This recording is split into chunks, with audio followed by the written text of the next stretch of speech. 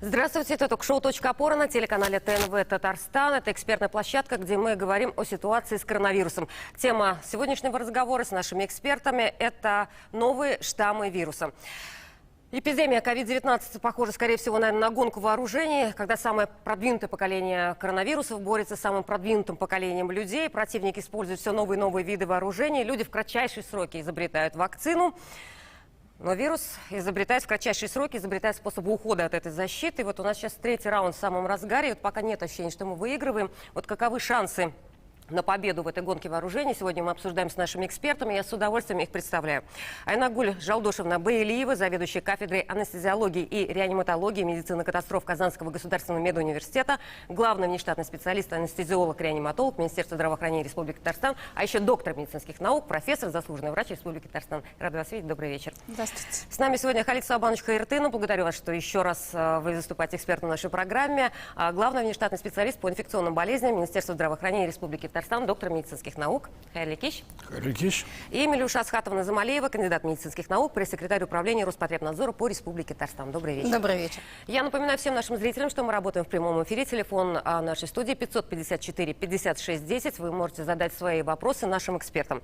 Ну а для начала давайте определимся, какие новые штаммы, какие штаммы вируса сегодня есть в Татарстане. Да, с инфекционистом, наверное, начнем, Халид Сабанович, с вас, с главного. Потом Роспотребнадзор нам определить в цифрах позиции. Ну, по имеющейся информации в настоящее время, конечно, доминирующим штаммом является индийский штамм. По данным главного санитарного врача Российской Федерации Анны Поповой, примерно 2/3 всех случаев коронавируса в нашей стране обусловлены именно индийским штаммом. Скажу больше, проведенные масштабные исследования в Санкт-Петербурге, в Москве, где-то в конце июня показали, что даже до 90% всех случаев заболевания ковидом приходилось на тот период на дельта-штамм, на индийский штамм. В то же время хочу сказать, что, как правило, появление новой волны той или иной вирусной инфекции, в данном случае ковида, как правило, обуславливается появлением нового мутантного штамма. То есть вот третья волна, эта волна обусловлена в основном дельта-штаммом. О каких цифрах мы можем говорить? Вот примерно. Вообще, Позвольте какие вирусы остановиться бродят? на двух главных моментах. Первый момент о том, что противоэпидемические мероприятия принципиально не зависят от того, какой штамм выявляется.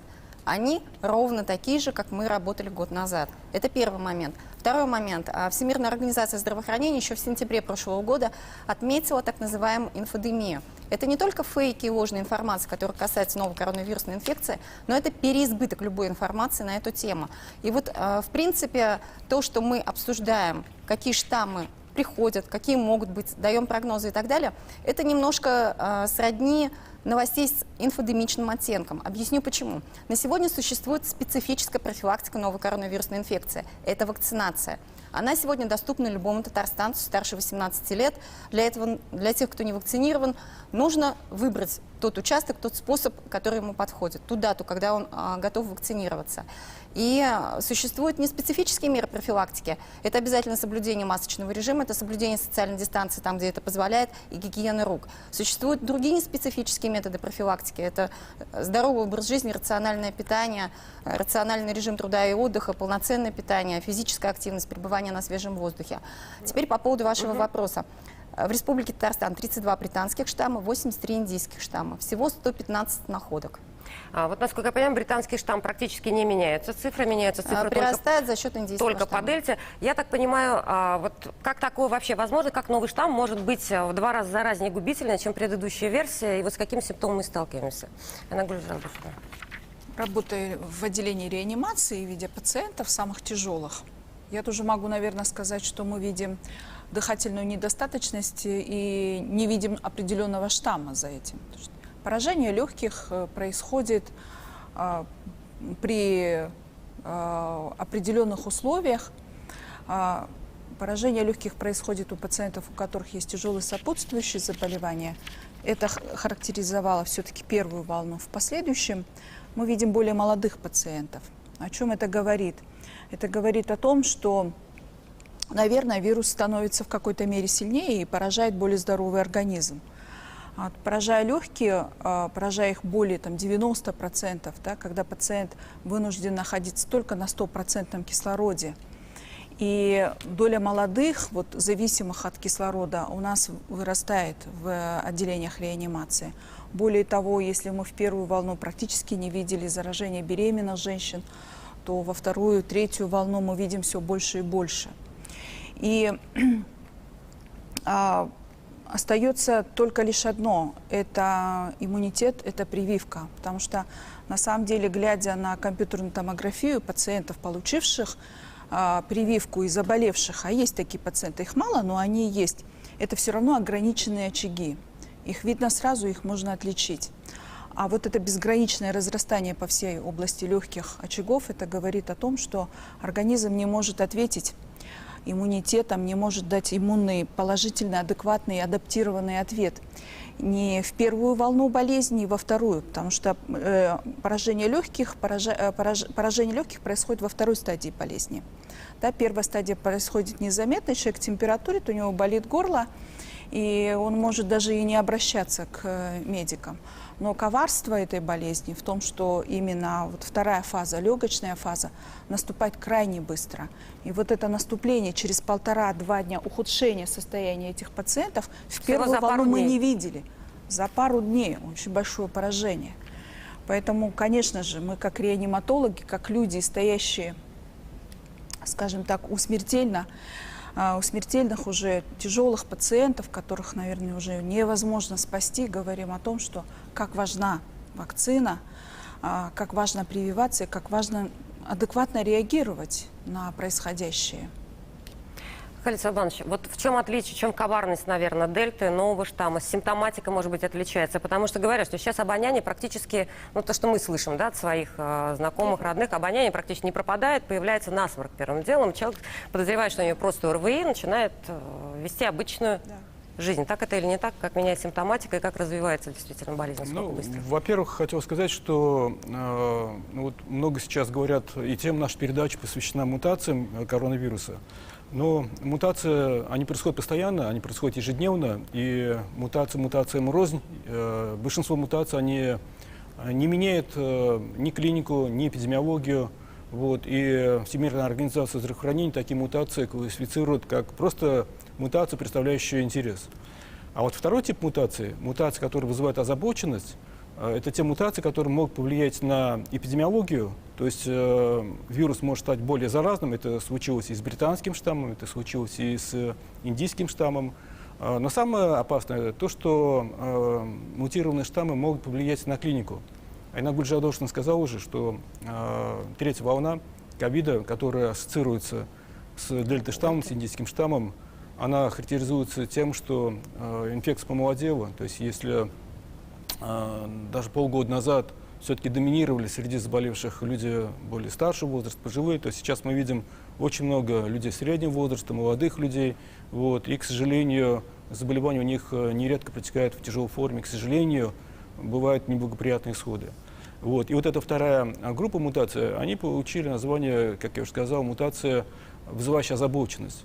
Известны вот эти штаммы: британский штамм, южноафриканский штамм, бразильский штамм, индийский штамм относятся именно к этой группе, ко второй группе. Но есть еще третья группа, еще более опасная. Это та группа мутаций, которые могут иметь очень серьезные последствия. К счастью, пока таких мутаций нет. Поэтому, к сожалению, приходится констатировать, что за вот эти 1,5 года пандемии вирус, он не ослабел, он, наоборот, усилился, стал более агрессивным. Вот, и это, конечно, повлияло на клиническую картину коронавирусной инфекции. Здесь я бы еще добавил бы то, что те препараты, которые мы используем для лечения коронавирусной инфекции, они хуже стали работать, они становятся менее эффективными. Поэтому, конечно, дельта-штамм, индийский штамм, он более серьезен, более опасен, чем другие штаммы коронавируса. Хорошо, спасибо. Мы сейчас ненадолго уйдем на рекламу, а потом продолжим. Не переключайтесь.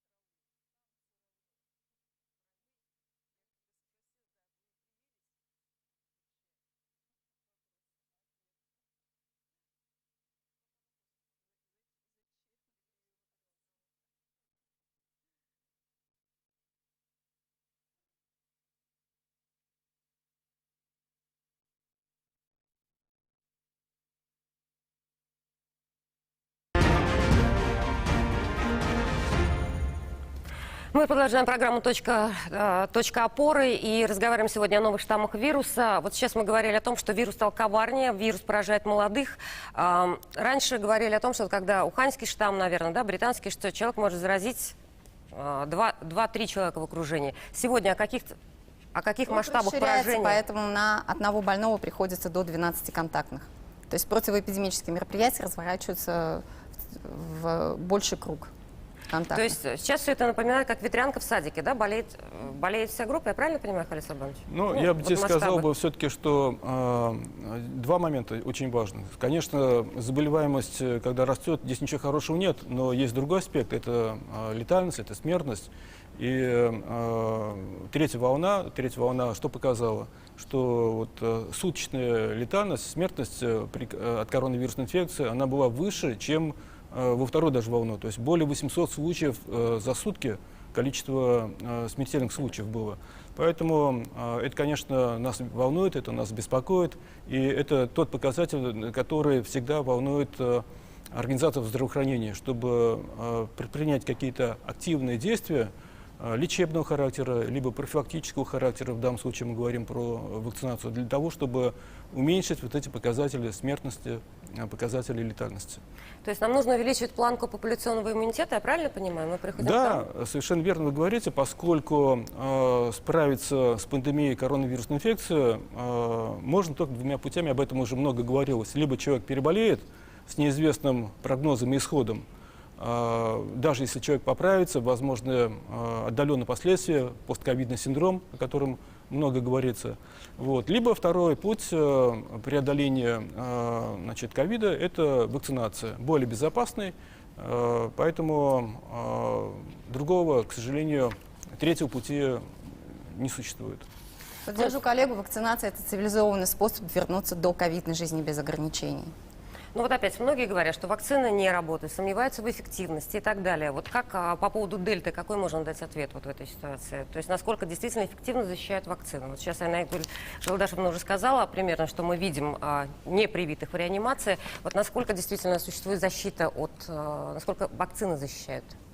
Вот первое время, когда заболевали и были тяжелые сопутствующие заболевания у пациентов, например, заболевания крови, онкология, и мы понимали, что инфекция потечет более сложно и будет уже иметь совсем другой характер, мы применяли антиковидную плазму, то есть антитела, которые переливали людям антитела переболевших людей. Вот. Сейчас вот этот способ защитить – это вакцина, то есть иметь свои собственные антитела против болезней, против вируса. Поэтому еще раз говорю, что есть дезадаптивный ответ и есть адаптивный ответ. Есть два типа реакции организма. Так вот, после прививки адаптивный ответ на инфекцию более вероятен, чем дезадаптивный. В чем заключается дезадаптивность процесса? Это очень высокий уровень воспаления, когда сами клетки начинают друг друга убивать. То есть организм агрессивно ведет сам против себя. И тромбогенные, то есть когда развиваются осложнения тромбогенного характера, типа тромбоэмболии, инфарктов, инсультов и других таких фатальных осложнений этого заболевания. И, конечно же, иметь готовые антитела, это сравнимо с тем, как одеть на колеса машины зимнюю резину. Да, то есть твой тормозной путь при возникновении ситуации экстренной будет, эффективнее. Поэтому, конечно же, это единственный способ пока. А есть уже данные по эффективности вакцины? Вот именно против штамма Дельта? Да, конечно, согласно проведенным исследованиям, эффективность составляет примерно около 80%. Это вот питерское исследование, да, это, в принципе, очень хороший показатель. Если, например, мы говорим о том, что эффективность вакцины AstraZeneca составляет где-то примерно 65-70%, и считаем это хорошо, то 80% это тоже очень хорошо, еще даже лучше. Поэтому, несмотря на то, что антитела хуже нейтрализуют дельта-вирус, это факт, это не очень хорошая новость. Но, с другой стороны, есть хорошая новость. Все-таки антитела нейтрализуют вот этот дельта-вирус. И эффективность, как я уже сказал, вакцин составляет около 80%. Еще вот о коллективном иммунитете есть мнение, что вакцина не защищает от заражения. Мы знаем, что привитый человек выделяет вирус. Но вот в странах, где привито большинство, мы видим вспышки заболеваемости, но не смертности, да, при этом. Вот что, не работает коллективный иммунитет? Что происходит? Смотрите, эффективность любой вакцины, она никогда не бывает стопроцентной. Даже вот если мы говорим о спутнике ВИ, эффективность этой вакцины составляет порядка 92-95%. То есть будет какой-то процент людей, у которых антитела будут вырабатываться в недостаточном количестве. И даже если антитела вырабатываются, вероятность развития заболеваний существует, но, как я уже сказал, это не самое главное. Главное, чтобы люди после вакцинации не умирали. Есть такое понятие риски, да? Каков риск летального исхода, если человек не вакцинируется? Он большой. Каков риск летального исхода, если человек вакцинируется? Он минимальный. Вот вам ответ. Нужно вакцинироваться или нет? Конечно, необходимо. А вот сейчас разные регионы и реагируют по-разному, да? Где-то вводятся ограничения для непривитых, где-то максимально мотивируют к вакцинации. Вот у нас все-таки в республике чего-то нового не появилось с приходом Дельты. Вот что мы просто ждем, что будет дальше, как будет развиваться ситуация. К чему мы можем прийти? Можем ли прийти тоже к каким-то ограничениям? Вы знаете, основное это нужно вакцинироваться. Сейчас ожидается осенью подъем сезонных острых респираторных вирусных инфекций. Ожидается приход вируса гриппа, и здесь важно понимать, что к этому моменту нужно быть защищенным от новой коронавирусной инфекции путем вакцинации. Только вакцинация от ковида и последующая вакцинация от вируса гриппа позволит пройти этот сезонный подъем заболеваемости наиболее благоприятным исходом. Вот говорят, опять же, нас ждет осенью, это в том числе уже более страшный другой штамм. Вообще, насколько вот, как у главного инфекциониста, насколько есть вот правила развития, скажем так, мутации вируса? Существует какой-то раз в 2 месяца, раз в 3 месяца? Когда мы получаем новый штамм? Есть два возможных варианта развития событий. Если мы достигнем коллективного иммунитета, то мы сможем остановить появление дальнейших вот этих серьезных мутаций вируса, если мы достигнем коллективного иммунитета. Если мы этого коллективного иммунитета не достигнем, то тогда вот возможен второй пессимистичный вариант развития событий, когда возможно появление более агрессивного штамма коронавируса. Поэтому для того, чтобы не допустить появления новых вот этих более опасных, более изощренных мутации коронавируса, необходимо как можно быстрее создать нам коллективный иммунитет. И в этом случае вероятность появления новых мутантных штаммов, она минимизируется. Например, какая периодичность условно есть? Вот какие-то такая вилка? Ну, смотрите, три волны было коронавирусной инфекции, и каждая волна, она ассоциировалась с появлением какого-то нового мутантного штамма. Поэтому, я думаю, где-то 3, 4, может быть, 6 месяцев, вот в таком промежутке. Ну вот большинство, не то что большинство, очень много непривитых. Те, кто хотели, уже привились, наверное. Сейчас достаточно тех, кто вот сомневается, либо открытых антипрививочников, скажем так. Их сложно убедить. Вот какой выход в этой ситуации? Ну, не собираются уже сейчас. Большая часть уже сознательных, уже давно прошла через пункты вакцинации, уже ждет ревакцинацию, наверное. Что делать с остальными? Как убедить, какой выход в этой ситуации? Да, общество как будто, Я понимаю, как когда будто главный разделилось. реаниматолог говорит да, о летальных случаях, мне кажется, это уже вот показатель того, что нужно делать прививку. Да, общество разделилось, да, на тех, кто, в общем-то, спокойно относится. И мы говорили, что они даже не смотрят, наверное, передач никакие. И не развивают эту тему прививок, антипрививок. Они привились и живут, и чувствуют себя свободнее. Ну, а есть люди, наверное, которые сомневаются. Мне хочется обратиться именно к этим людям, которые сомневаются, но уговорить или убедить их идти вакцинироваться. Цель нашего прихода на эту передачу, цель всего того, что мы сейчас делаем, это убедить тех людей, которые готовы сделать шаг, но еще пока какой-то фактор их удерживает. Люди, которые будут ругать и будут выступать против прививок, ну, что делать? Мы не сможем ведь насильно заставить людей делать прививки. Это должно быть сознательным решением, добровольным решением.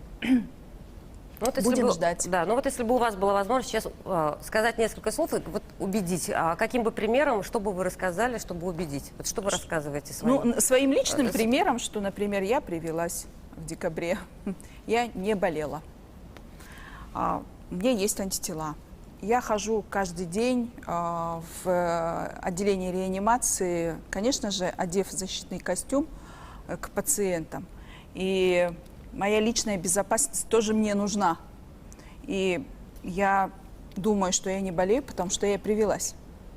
И обязательно пойду прививаться повторно, когда закончится срок действия моей прививки. И я верю нашим ученым, нашим врачам, которые применяют все свои научные и практические знания. Просто я простой врач, который не занимается и не интересуется какими-то определенными штаммами. Мне важна безопасность моя и моей семьи. И в этом вся суть. Фарид Сабанович, а вы как считаете, каким образом можно убедить тех, кто до сих пор не привился, сомневающихся в том, что это необходимо сегодня? То есть мы можем сейчас пугать более страшными вирусами, более мутациями, мы можем пугать ограничениями и так далее, но все-таки этим не факт, что мы достучимся, да? Как по-другому убедить людей? Вот мое мнение такое, что поскольку мы последние годы говорим о строительстве гражданского общества, а гражданское общество предполагает ответственность коллективную, индивидуальную перед собой, перед своим здоровьем, перед членом своей семьи, перед друзьями, коллегами, да? И для того, чтобы создать безопасные условия для дальнейшего существования, для того, чтобы как можно быстрее вернуться к привычной доковидной жизни, да? У нас нет другой альтернативы, кроме как вакцинироваться. А чем опасен ковид, очень много было посвящено этой теме репортажев с красной зоны, где показывали людей, которые испытывают дефицит кислорода, нуждаются в респираторной поддержке, в том числе в искусственной вентиляции легких. Это же не на другой планете происходит, это у нас, среди наших людей, среди наших граждан. И поэтому, если мы не будем относиться ответственно к здоровью друг друга, то нам трудно будет справиться с пандемией. А если мы все-таки будем ответственно к этому подходить, то мы сможем преодолеть эту проблему и в ближайшем будущем, как в короткие сроки, сможем вернуться к обычной, нормальной, привычной жизни, без ковида. Звонок от Любовь Владимировна. Добрый вечер, мы вас слушаем. Я беспокою вас из Челнов. Вот сейчас по телевизору смотрю ТНТ, да, там выступала врач-реаниматолог. Алло. Да, слушаем вас. Вот она говорила, что она сделала прививку в декабре. Я сделала прививку в марте. Насколько хватает прививки «Спутник Ви»? Срок 6 месяцев после вакцинации. Я сделала прививку в апреле, я отсчитаю 6 месяцев, и я пойду на ревакцинацию против новой коронавирусной инфекции. 6 месяцев от даты первой прививки, 6 месяцев от даты От даты второй? второй. Или от формирования антител? От завершения вакцинации. Она же двухэтапная. Да, двухэтапная. Да. Мы сегодня сделали, например, второй компонент. Да, вот антитела вырабатывают через 3 недели. Антитела начинают вырабатываться буквально через несколько дней, но достигают максимум через примерно 45-50 дней после вакцинации. То есть сейчас, значит, прибавляем с той даты, 6 которая месяцев. у нас на сертификате с QR-кодом, прибавляем 6 месяцев, и мы можем планировать вакцинацию. То есть мы уже говорили о комбинировании, то есть можем выбрать любую из 4 вакцин, которые сегодня действуют, которые сегодня в наличии в Татарстане. Так понимаю, Спутник, Спутник Лайт, Ковивак и Пивак Корона. Все верно? Все верно. Еще один момент. Когда мы говорим о новых штаммах вируса, мы говорим, что меняется симптоматика. Мы уже говорили о насморке. Вот давайте сейчас, при каких симптомах необходимо бить тревогу? При каких симптомах необходимо вызывать врача? Ну, не пойдет человек с насморком в больницу звонить врачу о том, что он... Вот нашим телезрителям несколько советов. Когда, в каких случаях, при каких симптомах нужно не ждать, а бежать в больницу или вызывать врача. Точнее, не бежать, а сидеть дома. Ну, если температура не снижается, держится на более 4 дней, 5 дней держится температура. Если появляются или усиливаются признаки дыхательной недостаточности, одышка, нехватка кислорода, боли за грудиной. Сейчас у многих, я думаю, дома есть такой маленький аппаратик, пульсоксиметр называется, да, для измерения есть. сатурации. Если сатурация снижается, да, то есть вот это основные критерии, изменение которых является знаком для того, чтобы поводом для того, чтобы немедленно обратиться за медицинской помощью. Ну, очень похоже где-то и с ОРВИ начальные симптомы. Вот, Ну, вообще можно? люди с признаками заболевания должны оставаться дома и ни в коем случае не посещать общественные места и трудовые коллективы, в которые они в обычной жизни посещают. Понятно. Но если у человека начинается только насморк, начинается только температура, он не понимает, это вот кондиционер, это в машине или на работе. Что ему В любом в этой ситуации случае делать? обращается за медицинской помощью. Какие вы симптомы, Айнагуль Жалдашевна, вот обозначили как маркеры такие Маркер – это опасности? температура. Вы знаете, вот очень часто люди говорят, болело горло, был кашель, но никогда не мерят температуру почему-то. Потому что они могут себя чувствовать ведь и неплохо при температуре 37,5 и даже 38. Это зависит от индивидуальной чувствительности. 2 раза в день измерить температуру, остаться дома, изолироваться и прислушаться, подождать и почувствовать те симптомы, которые что-то новое, которые человек отмечает, что да, у меня такого не было. Вот ко мне обратился молодой человек, никогда не болели икроножные мышцы. Но ужасно страшная миалгия. У меня никогда ни при какой болезни не было. То есть вот такие вот какие-то необычные симптомы. Человек чувствует, мне кажется, и должен чувствовать, должен прислушиваться к себе. И записывать температуру 2 раза в день, как минимум. Дня 2-3, так понимаю, Конечно, да? Или на 3-й да. день уже Взять бывает... термометр, не ждать пока. Не ждать, пока ее измерят на рабочем месте, Да. как входной фильтр. Хорошо. И в завершении, итак, каковы шансы наши на победу в этой гонке вооружений? Я думаю, мы победим, Когда? если будем вакцинироваться. Халис Абант?